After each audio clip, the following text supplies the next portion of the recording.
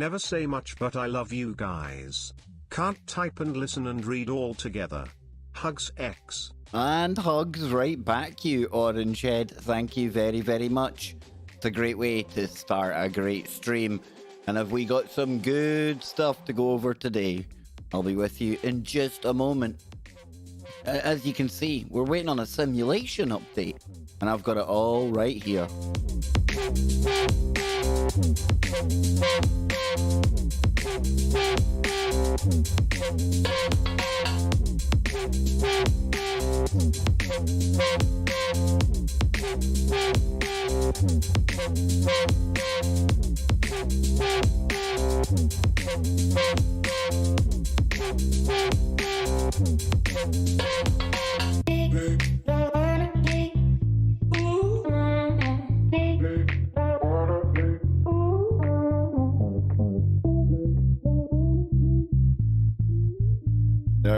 There we go, we're back, we're live.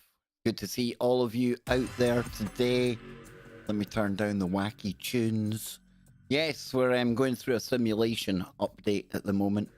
I kind of talked about this yesterday. It's a tongue-in-cheek kind of way of looking at how the world is rapidly advancing right now. And I've got some cool stuff for us to take a look at today, but before I get anywhere, got a couple of new members that I need to replay from yesterday. So if you just give me a moment and I'll let I'll let it take it away. Here we go. Coming up first is Byron. I think I called you Brian yesterday. My apologies, Byron. Here we go. Yes, it worked.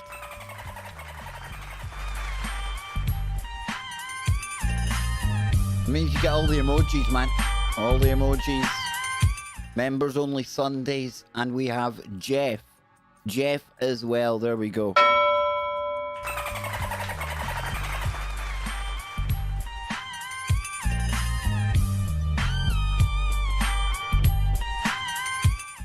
And we had the King and we had Kazi as well. And with that said, let me just kind of start to bring in people in the chat room here. We got Polly in there. We got To Imagine This. Love Hearts in the room. I like that. Love is in the air. I can't sing, so don't be waiting for that to happen anytime soon. Bruce Wayne is in there as well. Kazi, another member from yesterday. If you would like your name up there in the sparkly eyes of Schrodinger's cat, all you got to do is click this. Look, click this right here. Join button. Boom. Easy as that. And then you get into that little video there. But if you want to see more, you're going to have to go and do it yourself. There you go. And it's priced from very, very cheap to very, very extortionate for the unicorn level. Hey, I'm honest as the day is long. It is what it is. And people will think that's outrageous. But there's actually people that have been so kind supporting the channel along the way that it's an alternative way for maybe them to do the same type of support that they have been bringing. So please don't think I'm some kind of shyster. I'm openly grifting. I'm only joking, folks. I'm only joking. So back into the chat room. It is a Paul J.W. shirt. I can't probably say that name. Probably verboten. No, I think he's still got a channel on here, right? But it is, yeah, it triggers people. Spooky Andy's in there. We have also got the bearded one, Jimmy, who's going to be coming on to the Kev Baker show with me today. And oh my word. Oh my word. I tell you, I've got something that is going to blow your minds. It's really, really important. It ties in with everything that's going on in the world right now. And I am going to raise the bar on the information about the space age. Let's get into it, shall we? I'll come back to the chat room. I'll come back to the chat. So the space age, the simulation update as I call it. And yesterday I kind of compared it to when you're playing a game where you're kind of building up a civilization. You know, you start at the Stone Age, you go into the Iron, Bronze. You get the drift, right? Eventually you'll get the technological age. But then eventually in some of these simulations, you get the space age update when you meet a certain criteria. Now, there's a lot of talk about our reality and whether or not it is a simulation. Don't think we can ever prove that, to be honest with you, but we can certainly use it as a conversation, a concept that certainly appears to explain a lot about our reality, okay? And if we do have this simulation type quality about our reality, then we should start looking at the simulations we ourselves build. Because if we're building better and better simulations, and we get to the point of building one that's indistinguishable from reality, well, that lands us in the position where we have to question whether or not we're actually in one. So, what's happening around the world to confirm my biases that we're moving into the sci-fi world, as Cliff High calls it. You can call it the future world, you can call it the next age, you can call it anything you want. But there are signs, and they're all around us, and it's happening really, really fast. We're looking at advancements in new medicines, new materials, new textiles, new propulsion systems, new information about space. Everything is getting an absolute overhaul right now because of the AI that we already have. Now we've got the quantum computers out there as well, and I'm wondering if we have that hypothetical conversation and we say that we are living in some type of something akin to a simulation, then are we going through an upgrade right now? Is it really happening? Well, I was laughing to myself today when I went to look for stuff to talk about on the show, because we talked about this yesterday, right? The first thing I found today, like I say, it blew my mind. It had me giggling, it had me laughing, and I thought, well, there we go. There's our springboard for today's talking points, and it's the Space Age update. So part of any Space Age update in any games like Forge of Empires, Age of Empires, all these different things, one of the key things, one of the big unlocked kind of new structures, new architecture, new technology, it is of course the Spaceport, right? Every simulation on a computer game, it needs a spaceport if you're entering a space age. Kind of makes sense, yeah? Well, I'm going to take you over to Japan. Yes, I am. And I'm going to give you a taste of what the Space Age update is going to look like. It's not here quite yet, but when I take you to the website of the designers and the architects, well, it's on the way. And here, ladies and gentlemen, is part of our simulation update into the Space Age. It's the Japanese Spaceport City. Take a little look at that. Now, before we come back to that, I obviously didn't go looking at noizarchitects.com. That wasn't my usual pit stop for going looking for information for a show. I found it via this website here, Futurism. And this was my first headline today, basically. This Japanese spaceport concept is absolutely gorgeous. Remember when we could still dream about the distant future? Question mark. And that question mark is because you have to remember back to that time, because now it's here. Now it is here, folks. We truly are. I'm excited in one hand, but of course we know on the other hand, the other path, all this technology does come with perils. But we're going to concentrate on the good stuff, the sci-fi. And then when we go over to the Kev Baker show, Maine with Jimmy Jeans, oh, we'll take it that little uncanny valley. We'll go a step across in the other direction. And I'm telling you, I'm going to blow your minds. I know it. It's going to confirm a lot of things I've spoken about before. And it's official. It's official. We've read the documents. But that was a shout out to John and Lee Brisson. Yeah, well, John Brisson and Lee Veltman. Did I just call him Lee Brisson? He'll be raging. So anyway, it says a team of Japanese architects under the Spaceport Japan Association, the SPJ, not to be mistaken with SJW's, banner, have designed a breathtaking concept for a futuristic 4-story spaceport meant to float just off the shore in Tokyo Bay. And keep that in mind, this whole floating city, floating spaceports, it's not the only one you're going to hear about today. So there's another look at it there, right? I think it looks absolutely tremendous. It looks like it's already there, doesn't it? It's already rendered in the simulation. So the concept, called Spaceport Japan, echoes the layout of a traditional airport, except that space planes, not commercial airliners, dock at various different gates. There are even drop-off and pick-up lanes via roadways that connect the spaceport to the mainland. I wish I had a time machine. I wish I could go forward 100 years, folks.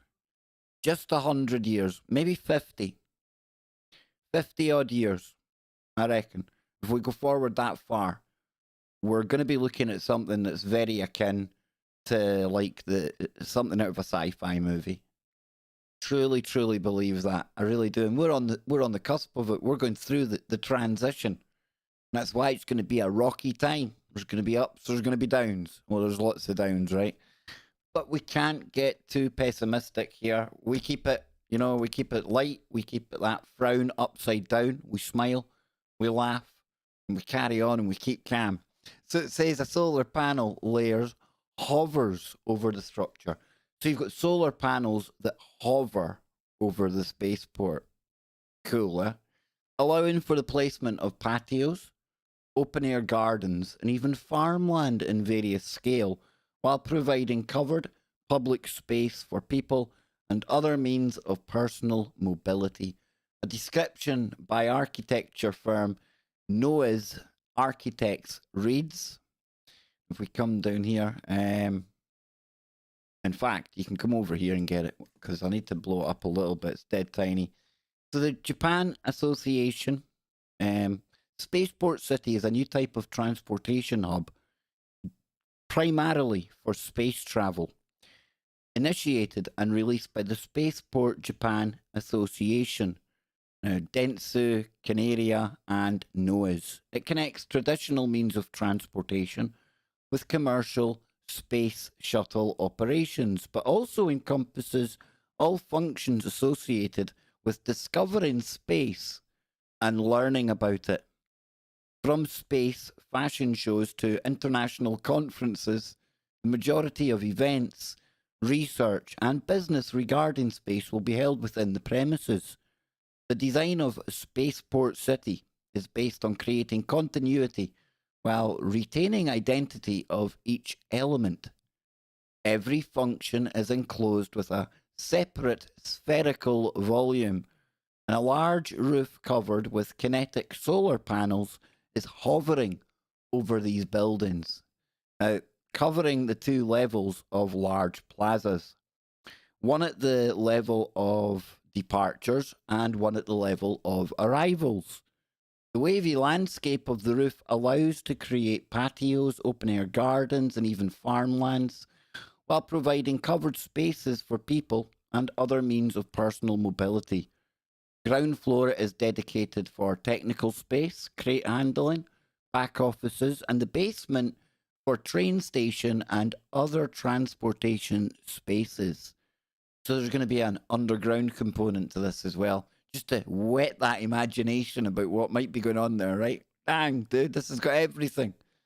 So it says the entire building composes a small ecosystem with internal smart transportation, self-driving cars, autonomous train, and electric scooters. Not only employees and visitors, but also any item and object in this building can be spotted and quickly transported to any part of the complex. There are two external access points, drop-off and pick-up lanes close to the spaceport security area, and another drop-off area directly connected to a large parking access, which designated primarily for visitors of the entertainment program. So, while all of us peons, I suppose all the peons over in Japan, since this is Japan, well, we have to get dropped off at the security gates. All of the entertainment people, the glitterati, they just breeze through, different rules for them guys. It's part of the simulation update. That's a sad fact about it. So the entire complex is divided based on security requirements, assuring the highest safety without creating too many visual obstructions, e.g., some institutions are connected via sky bridges only on designated floors. families and teams of supporters for passengers will be able to gather and view the departure and landing from lounges in the upper floors of each pier. Dynamic design of piers emerges from the main volume of the building, celebrating the special journey waiting ahead. The organic complex, packed with city-scale circular disc, forms a magnificent fifth facade, making the spaceport recognizable from far away from the space. So listen, let's take a look at this place, right? Because this is mind-blowing. Now bear in mind, this little thing you're starting to see down here, this is floating. You've got the floating kind of solar panels. Now we can't really zoom in too much on that there. Well, I'll try something else. Let me see if I can take that off here. And if we put it over here, let's see, now we should be able to zoom in further. So yeah, you can see where the solar panels, you see how it's all like kind of layered? You see what I'm saying, right? I mean, you've got solar panels in the middle roof bits. In fact, that might just be glass. But all of these are solar panels. All of them. You got the kind of tile effect there. That's a pretty cool idea. Pretty cool idea. So we've got that picture there. And if we come back over here. Whoa! Malia. I think I got the name right. Who will be coming on to the Kev Baker show in the next couple of weeks. Coming in as a cheeky new member. I'm liking it. I know cheeky just means like, it's just a fun term that we use over here. I mean, nothing by it. Nothing by it. So float down here, Billy. Exactly, First Paranormal. Are you feeling okay, Jace? I've been keeping you in my prayers, brother. You stay strong. There we go. New member. Yes, indeed. That's us up to. My goodness. Hang on. Wait a minute here. Now that says 47, but I think that's because I replayed some of them, maybe.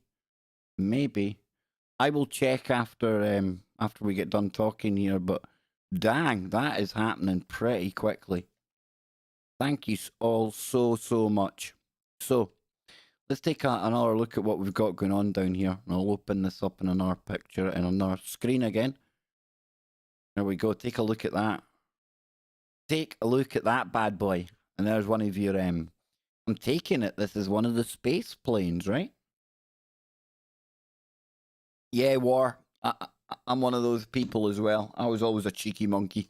Some may say there's a vicious rumor. I don't know if it's true, but some say I'm still a cheeky monkey. I don't know. It's a vicious rumor. So if we come down here again, let me get the next one. You can kind of see it there, but let's look at it in better detail. Come on, snazzy picture. Do your thing, man. There we go. Look at that. Looky at thatty. So, you come down here. Look at this thing. Now, I don't know if this is just like some kind of plane that's maybe one of the entertainment people. You know what I'm saying? The entertainment people that don't need to go through the security that we're going through. But pretty cool, right? Now, I know it's not there yet. However, they are very serious about this, and especially in Japan, because they're really looking to the future. They're looking at a smart city project over in Japan as well. They've always been right there on the cutting edge of technology. And like I say, we're rapidly now witnessing not the approach of the space age. We're literally there, folks. We're literally there. Another picture from over here. Bit of a more cinematic kind of look this time. There we go. Look at that. Look at that. Now, I'm sure the symbology, if we were to turn that on its head and look at it, probably a lot of stuff going on there. Love looking at symbology. Rick Anderson likes symbology, and he says it looks like a termite mound. So, before we go anywhere, right? One, you like the place. Two, nah, heap of crap. Two, it's not for you. 1, you like the spaceports. We're going into the space age. 2, you don't like the spaceports. You're not quite a Luddite, but you're holding on to the old world. So 1 if you're into it. 2 if it's not for you. I'm there. You know I'm into something like that. You know when it comes to going to space, I'd be the first one. I'd be queuing up like a maniac. Yep, I know the risks that would be involved. I'd still be there. I would be there, folks. You know it. Looks like it's tsunami proof. It could well be, brother. I'd think a lot of the architecture over there, especially post that big disaster happening, I'd imagine. So, problem with rocket takeoffs to destroy the ground. Even planes destroy airstrips. Something from 40,000 feet. There you go. ZX Wayne in there. Number 1's Greg Hannon. He's in there. He's the first. And we've got a new member. There we go. Orange Head, a.k.a. Polly, coming in as a cheeky new member to the KBS VIP Club. Open every Sunday. And you get into the actual KBS man cave. No, literally, we've got a man cave for the set. We build it up over the weeks. We've got koalas in there. We've got little tartan gnomes.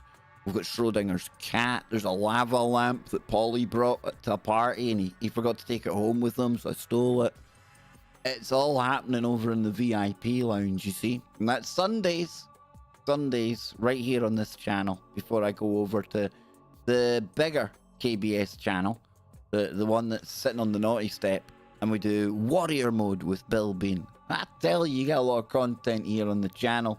So Bruce Wayne's in with a number 1. Not many people want to play that game. That wasn't a good game, not one of my better ones. So let's take the space stuff a little bit further, shall we? So I talked about floating spaceports. And you know I've got a bit of a man crush, a little bit of love. A little bit of love for Elon Musk, right? We'll catch a bit of this. Elon Musk, SpaceX building floating spaceports for Moon, Mars launches. Yep. So I'm not going to read all of this, okay? But it says an eagle-eyed SpaceX enthusiast spotted a job listing for an offshore operations engineer in Brownsville, Texas. Now, the new position's responsibilities include leading of a team of engineers and technicians to design and build an operational offshore rocket launch facility. There you go, ZX. We've got you covered, man. We've got you covered. It's going to be offshore. It'll probably do damage to the crazy boats that Musk has got for relanding his rockets. But he said SpaceX CEO Musk was quick to confirm that the listing is legit and part of a much bigger plan. SpaceX is building floating super heavy class spaceports for Mars, Moon, and hypersonic travel around the Earth, Musk wrote in a reply on Tuesday afternoon. And then over here, I'm going to try and play this little clip. Hey, the VIP, no, the VIP lounge does not need one of those hats, Jules. Oh my goodness me. Oh, no. Not in the VIP lounge. No. Oh, dearie.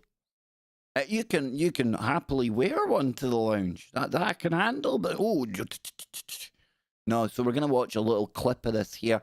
Comes from Journeyman Pictures. It's a trailer for a new documentary / movie that they're making. It ties in with a lot of what I'm saying. Now, hopefully, we won't get copyright strike for this. We'll try and speed it up one. Why am I speeding it up? He says, well, that didn't work. Well, if I speed it up, we might just get round the old audio match for the content. I keep doing that. Why do I keep doing that? Here we go. Ignition sequence start. 5, 4, 3, 2, 1. Now remember, that is a quick count because I put the time up. Don't be thinking, dang, the space age, it feels like it's got a lot faster. Doesn't it? Everyone's kind of moving about a lot quicker, speaking a lot quicker, doing all that kind of things. I can't speak that quickly for long, folks. Don't worry. 0. Liftoff. We have a liftoff. Liftoff on Apollo 11. 60 years ago, the first human flights to space changed our perspective forever. And I think this guy is actually called Bruce. I think he's called Bruce. I don't know why I think he might be called Bruce. I think he's called Bruce. Okay. Looking back and seeing that our Earth was just a pale blue dot in a vast ocean of darkness, I do think it's a perspective that I wish more people had the opportunity to see. When you have an image of the Earth and you realize every single thing you've known, studied, heard, read, met, learned about is contained in that single image, it changes your worldview. It's the nature of human species. We're an exploratory creature since the Stone Age, when we sort of walked out of the cave and wondered what's over the next valley. But I think he might be called Bruce as well. So now I've got a problem. It could be two Bruces. I don't know. And rumours of my homosexuality are vastly exaggerated in the chat room, by the way. I'm just saying. You people accuse me of the most bizarre things imaginable. Not the majority of you. There's some of you out there, honestly, you really have to have a little look at yourself in the mirror. Dang, dudes, dang. We've always been explorers, and we still always will be explorers. We're never going to be content to just sit on Earth.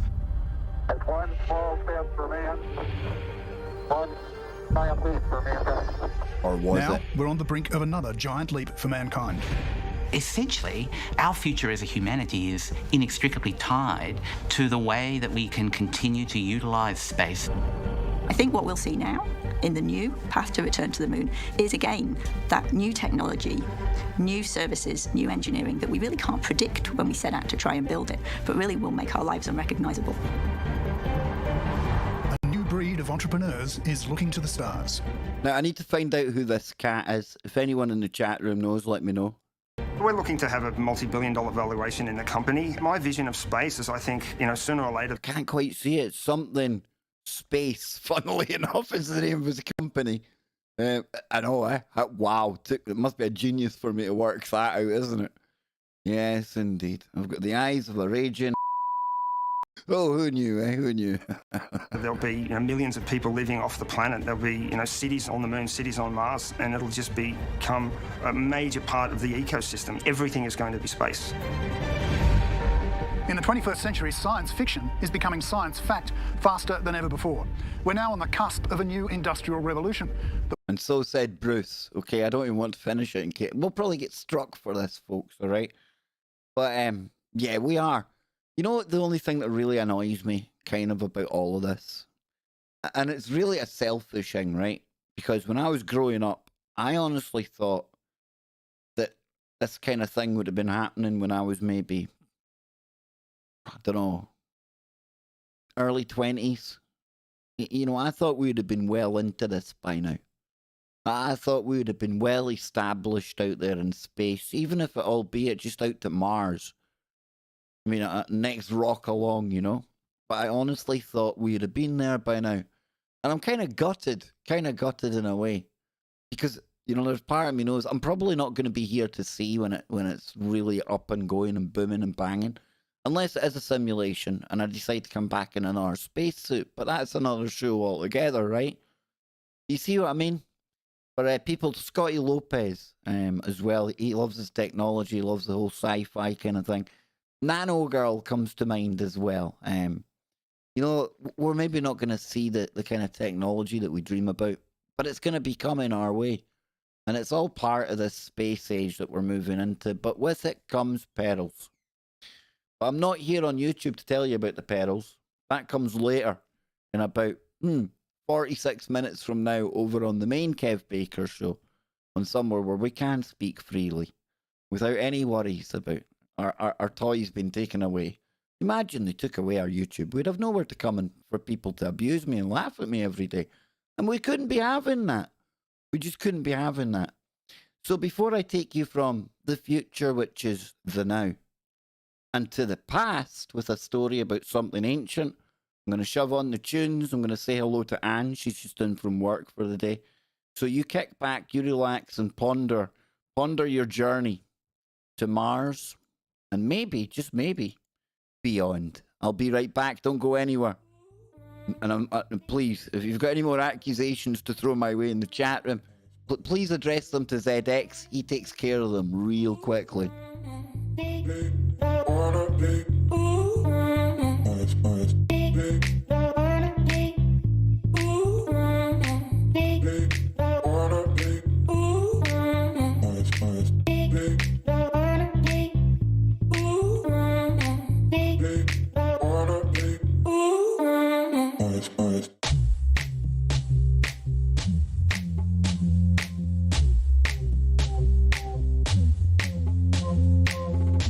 Exactly, a big shout out. Exactly, Jason. You know, I should really make more of the fact that we have got Batman and Bruce Wayne in the room. Go figure.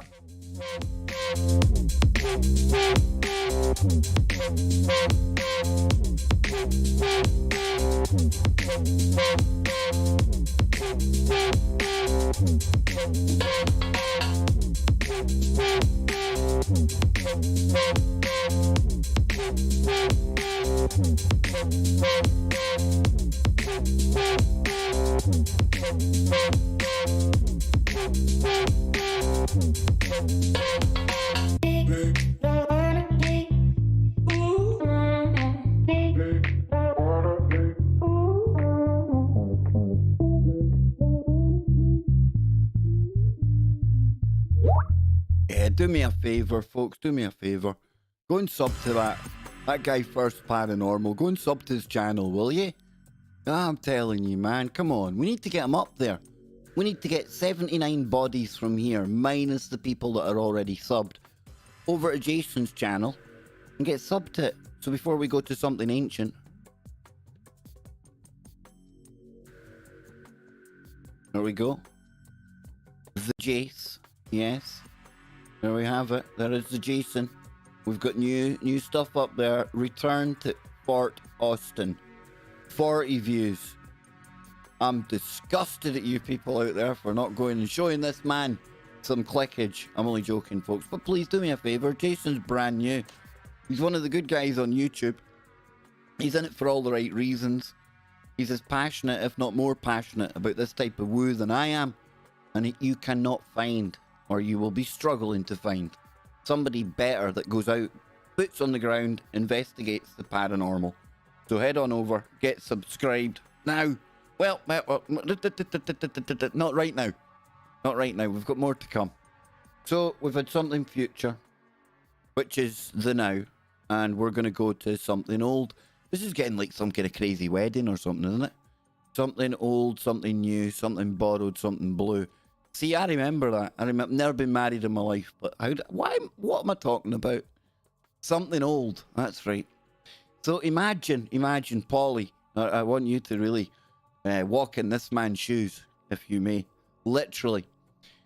You're out there in the wilds. You're not looking for ancient relics. You're out there looking for mushrooms. Okay?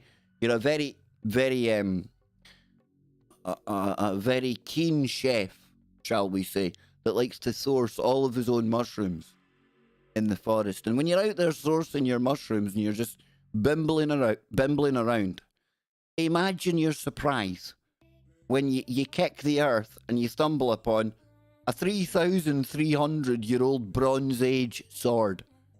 I'm not crapping you. It's a Czech mushroom hunter. And he finds this 3,300-year-old sword. We're going to take a look at just a little bit of the story. We're not going to get all the way into it, but isn't it amazing? Isn't it amazing what is all around us? And we're just so oblivious to it all. Maybe in some instances it's deep down. We're kind of unaware of anything that may be deep down, but even surface level, the history, the stories that are there to be told. Imagine the story attached to this one sword. You know, if you could track it from when it was forged, whose hands it had been in, what it had seen along its journeys. Damn, dude. Damn. Wish we had some kind of chronovisor thing that you could put that sword into, and it would just be like, holographically produce like a timeline of where it's being used through all the things. Yeah, I've gone full. I'm there. I'm already waiting for the sci-fi to catch up with me. The update is complete in the mind of Kev Baker. So how'd I get off that? There we go. A mushroom hunter in the Czech Republic has made a chance discovery of a rare 3,300-year-old Bronze Age sword. Dedicated metal detectorists in the land must be feeling mixed emotions today as the news of a mushroom picker's historical treasure spreads across the internet. And I'm glad to help spread the lore of the man that went looking for mushrooms and came back with an ancient sword. I think that's brilliant, man. The guy he's a legend. So that's just the way it is when an outsider comes into the specialised field and challenges the pros with what is always deemed to be beginner's luck. But this beginner wasn't even trying. It was just plain old luck. This instance is so against all odds that it's as if like if a cricketer were to pick up a golf club for the first time and score a hole-in-one. That's a pretty good way to compare it. So it says, applying the controversial swift kick technique. Roman Novak, the name of said legend, was out collecting the fungi in the Jesenico district of northern Moravia in the Czech Republic, an area perhaps most famous for its Boblig witch trials. Well, we'll open that one up in a new tab. When a man by that name burned entire witch families between 1622 and 1696. The mycologist told, a professional mycologist told Czech radio that a shower of rain made the conditions prime for his mushroom picking craft. With his eyes firmly fixed on the ground, he saw a piece of metal sticking out of some stones. And suspecting the half-buried object was perhaps something of value, the fungi gatherer, wait for it, kicked it and discovered it was an ancient sword blade. The last sentence will have sent painful, pulsing electrical thump down every ologist's spine. The old kick test was dropped from science after German archaeologist Heinrich Schliemann blew up an entire 9 levels of archaeological remains of historical Troy with dynamite. I'd never heard about that. Nevertheless, when the mushroom collector dug around the object, he revealed what he described as a bronze axe. That there, that's what you call a knife. Isn't it, Crocodile Dundee? That's not a knife. That's not a knife, Bruce. That's a knife. I think that was the movie, right? Crocodile Dundee. Damn. What a good film. So hammering out old... No, we don't need to go any further with that. It's pretty cool, right? Pretty cool. And then we had this, like, witch trial thing that came up. The hated and feared witch hunter. In 1678... Jindrich Fantek Boblig lived, we'll call him Bob. Bob was a guy that lived in the small town of Velk Loziny in northern Moravia. It was the beginning of a horrifying nightmare for the region, and Bob, just Bob, was one of the Inquisition's witch hunters. Imagine being a witch hunter back in the day. Is that like almost like the 1600s version of being like a paranormal, supernatural version of Dog the Bounty Hunter? Is it? I'm only asking. Maybe there was a reality show. Yeah, Witch Hunters Live or something. Don't tell me they didn't have TVs. Maybe they did. Pope Innocent, and he was far from it, I bet you. Boom, boom. The 8th changed the church's position in 1484. He issued a papal bull. I always think of, like, the Pope summoning up a big bull. Blah, and then, whoa! And that's the papal bull. No? Or it smells like bull. Yes. I don't know. Look, I'm a funny guy. Some say I'm a really funny guy. Hey. Very flamboyant type guy. He issued a papal bull. Imagine calling a toxic man that. He issued a papal bull authorizing the, quote, correcting, imprisoning, punishing, and chastising of devil worshippers. The bull acknowledged the existence of witches. And the Vatican wrote after Southern German priests prevented an inquisitor from investigating witches. Oh, they gave refuge to the witches, did they? Pesky. It looks like a power play between the Inquisition and local bishops led to this resurgence in the witch hunts. What a time to have been alive, eh? Shh. There's another example of how we think we've got it pretty tough right now. Not as tough as people that were maybe considered a witch. I'm just saying. So, we've had that one. Another one I found on one of our ancient mystery type sites today was, yeah, I know, Steve, what is that all about?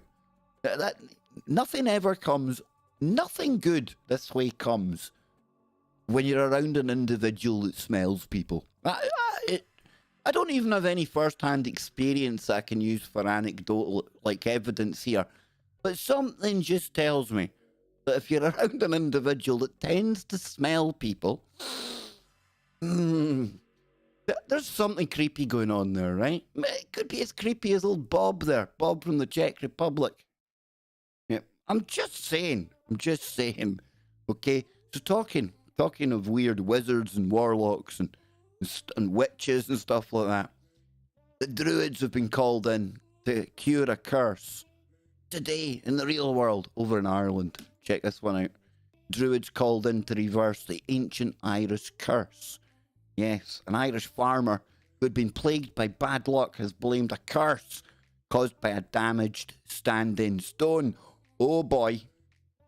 Have you ever seen like a power transmitter, like pylon, when maybe one of the lines breaks or it bends over in a storm and there's sparking and arcing and crazy?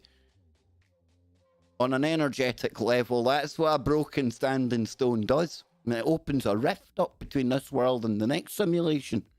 And then these little things, these beasties and these bad luck emerges. I don't know if that's how the story goes, but it's how the story's going in my head, okay?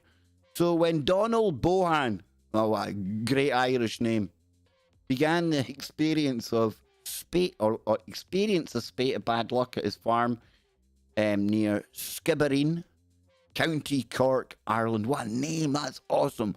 Where'd you come from? I come from Skibbereen.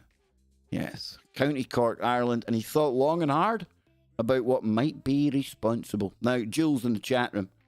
My ancestors fled Scotland for fear of being burnt at the stake because of my surname. Your ancestors, tell them, you carrying the blood today, Jules, you need to come back and claim your Scottish heritage. Claim your land where you belong. We'll get on to Ancestry DNA and we'll track down everything that went on. That's what we'll do.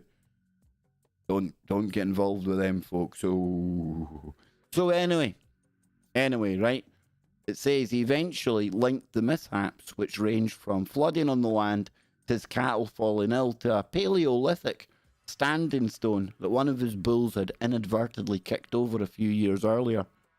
Now, keen to remedy the situation, he enlisted the service of two Druids, Jan and Karen Teteru, who travelled all the way from Glenflesk in Killarney to help put the stone back where it belonged. After investigating the site, they concluded that the stone may have fallen onto a ferry road, something that has long been connected with misfortune. You see, we've got no idea how the world works. No idea. I don't know why I pointed my finger at you there. None of you have been naughty. We look at these standing stones and we talk about them for hours on end, and we talk about the rituals, the ceremonies, the solstice, and all the rest of it. But what about something like that? What if they're put down to either block off some energy, some rift, some thinning of the boundaries between this world and the others? You know, almost like acupuncture, that one, stick that in there and that'll stop them like going through this area. And then you break it and oh, there we go, there's that energy back there. Crazy, right? Crazy, but I do think of sometimes the standing stones, not all of them, but some of them, like being like acupuncture. You know, we've got our system in our body, we've got the nervous system, and if you know the right places to manipulate and work the energies, then you find you have all these different connections throughout our own body. As above, so below. Would it be surprising that the Earth probably work the same way? Is that the ley lines we talk about? I don't know. So it says, in Ireland, there have been historical cases of houses being demolished due to the impact of constructing on one of these supernatural highways. Now, to ensure that everything would be restored to where it should be, the couple performed a druidic ritual as this stone was being repositioned with the use of a mechanical digger. So in the presence of the elements, the directions, 3 people, and with a request to the unseen, we stated our good intentions. Remember what we say about intentions? And intentions, like me, are like prayers as well. It's a way of communication. It's a way of sending out a frequency, a vibration into the simulation. And because I talk simulations, don't think I take your God, my God, out the picture. Your multiple gods, whoever your God may be. Somebody had to program it. You see, that's my escape clause from that one. So it says, to finish it up, the intention was clear, or was too clear. The spirit road, or energy line, or any blockage, and to put an end to the misfortune cast upon the cattle using the field. Whether Bohan's spate of bad luck will now come to an end, however, remains to be seen. I think if he believes it, regardless of the potential effects of fixing the stone, the power of belief, that intent, that idea, might be enough to just turn his luck round. Because we really do have so much of a part to play in our own little journey through the simulation. When you start to realize that, you start to see the road signs, you start to see the synchronicities, and at first you don't really know what they mean. But then I think they come to mean, they come to tell you that you're in it, you're in sync. Maybe you're where you should be. Maybe you're thinking the way you're meant to be thinking. Maybe you're remembering who you really, really are. But while we're remembering who we really are, there's something really, really strange that we talk about. This is pretty disturbing, let me tell you right now. I'm going to let you all have a little 50 seconds, a little minute or so, play a tune. Then we're going to come back and we're going to take a look at Humans 2.0-ish. What if I was to tell you there's a real life orc walking and talking amongst us all right now? Oh, but there is. And I'm going to show you them right after the break. You're about to meet the human orc.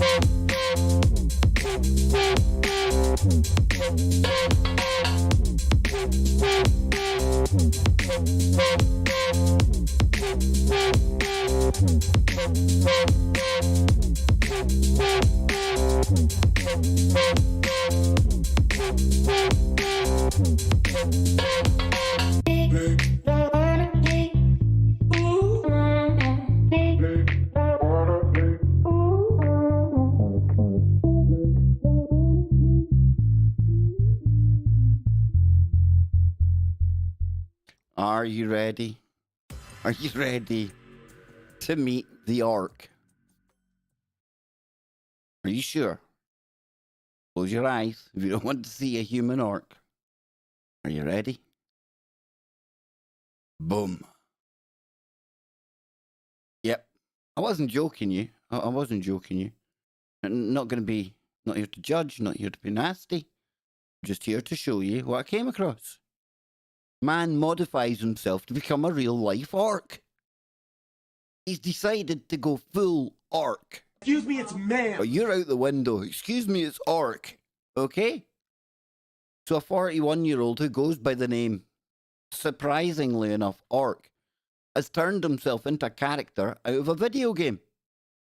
It could be argued that there are some people who take body modifications and tattooing a little too far.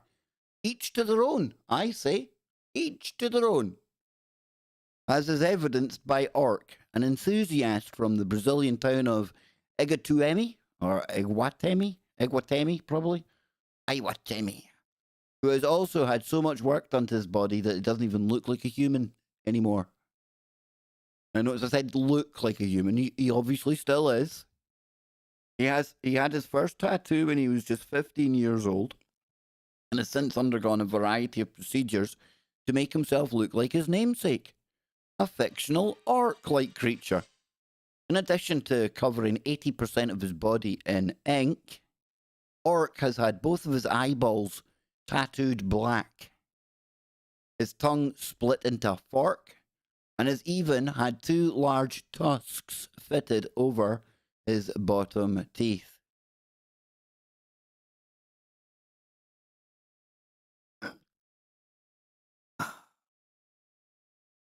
Exactly, Algo.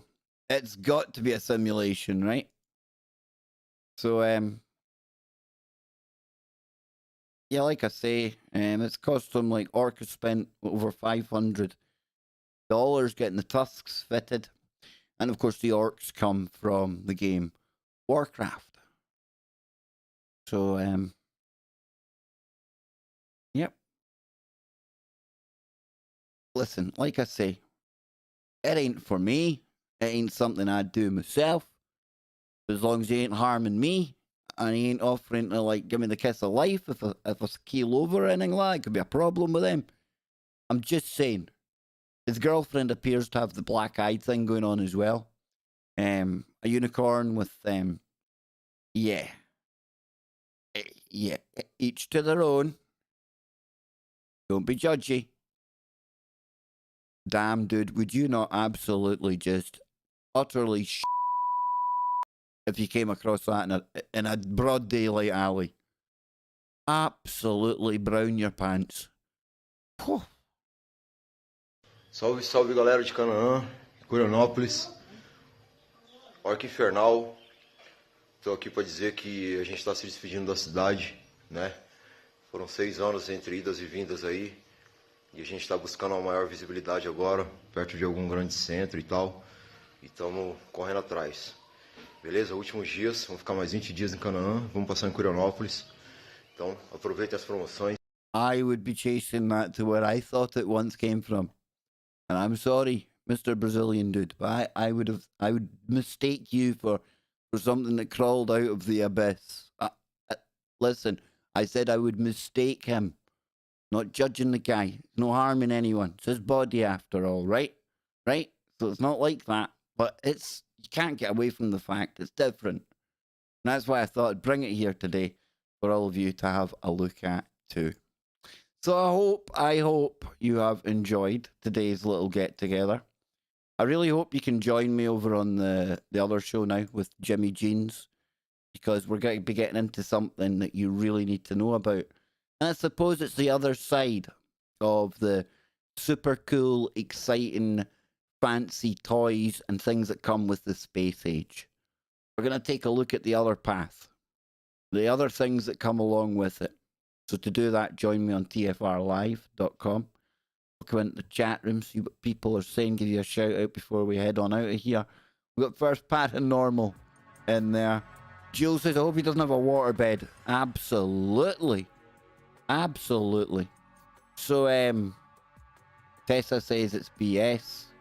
No, there's people of varying degrees looking like that, Tessa. The horns, the teeth and everything. The horns have been on the go for a while. You've seen the girlfriend with them there as well. The eye tattoos, they're a thing. I've got no reason to believe this guy's at it. And he likes it. See, some people like it. Like I said, it's not my thing. But it's obviously the Orc Boy's thing. And that's not to be cruel to him. He calls himself Orc. So Orc Boy likes it. He's happy. It is what it is. And like Algo said, you stole my thunder, dude. I was going to say something about our avatars in the Matrix and things, about how you can usually change the appearance of them over time as well. And when you get to the space age, you can unlock a space agey different human 2.0, 3.0, way off the charts kind of avatar, right? So you stole it, Algo, you stole it. Who else is in there? But we got Naysay, Orc Lives Matter, they do. First Paranormal says, I'm going to go out on a limb and say he might have been intoxicated. I'm sure it might have played a role.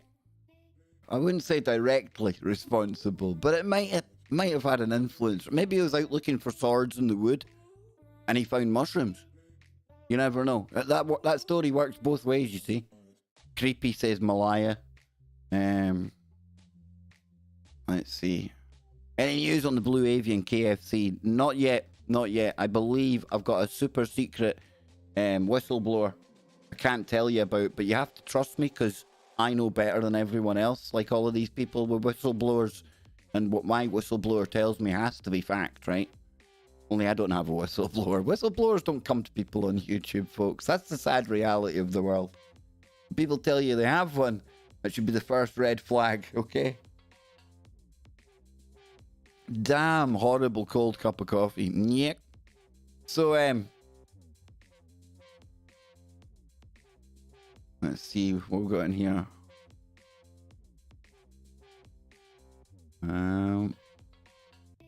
Mark from Buffalo, New York. Big shout out to you, dude. We've got John Reds. He's giving it some Nibiru in there.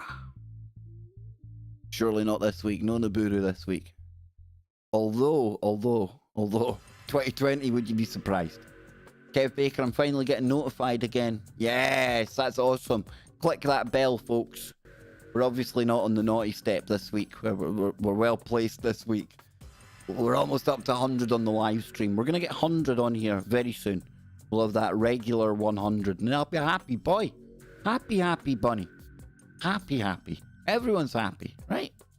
Turn that frown upside down. My ancestors fled Scotland. We had that one earlier from Jules.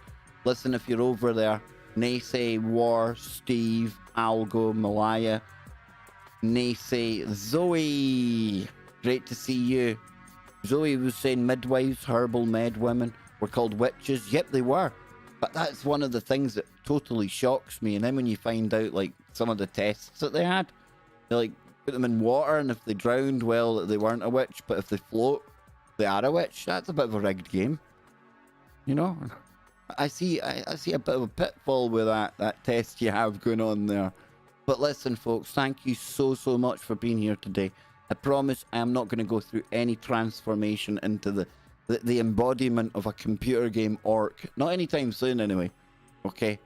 I could do with some plastic surgery, but hey, it ain't happening. A, I can't afford it, and B, it's radio face. You ain't getting rid of that. So listen, please join me on the big show today. Me and Jimmy are going to go over something that you need to hear about. And that isn't just some kind of Jones-esque type. You gotta tune in. Go and tell your family and everyone. Red alert, red alert. You're not only going to hear this first. Emergency broadcast. It's nothing like that. But you are probably going to hear it first on the Kev Baker Show. We don't sing. We don't shout about it here. We just do what we do. And Jimmy will be there with me. Tomorrow night, I've got Kevin from Minnesota. I had got all confused and discombobulated. And when I seen Kevin on my schedule, I'd also been talking to Kevin McCairn, and I assumed, I forgot, that it was actually Kevin Nacy. But Kevin McCairn has been very, very gracious because he was unaware that it was booked before I'd put him down for it. So all good in the hood. Nacy for Veterans Day. How does that sound? Now, there may be no pre-show stream tomorrow. Reason being, I've got to go for a CT scan tomorrow and another couple of tests as well. It's all routine. It's been in the post for a long time. But I know from the last time I went through a day up there, it left me knackered. So I'm going to say right now, there might not be a stream tomorrow, okay?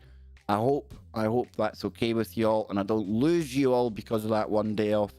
I'll try and be here, but just in case, I don't want to promise anything, okay?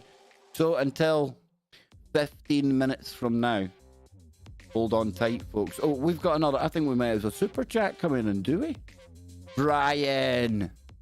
Brian's about to be read out by the Brian. Are we ready?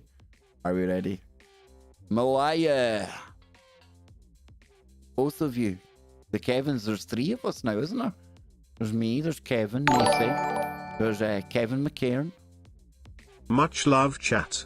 Kev, victory hand, folded hands, cool face, PPP. Folded hands, is that not praying hands? Dang, does it not even say that anymore? You know, I'm out of here, folks. I'll be back over on the main show in 14 minutes' time. We'll also be over in Discord, but if you can join us over in the TFR chat room, please, please do. So until next time, keep your mind open. Keep looking for the woo, but not to the point where your brain turns to black goo.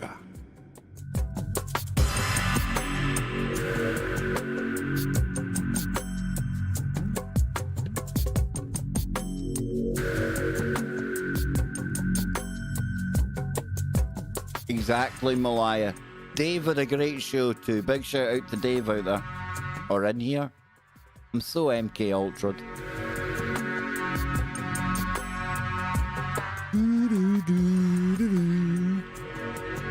It's like we're charming snakes. Woo.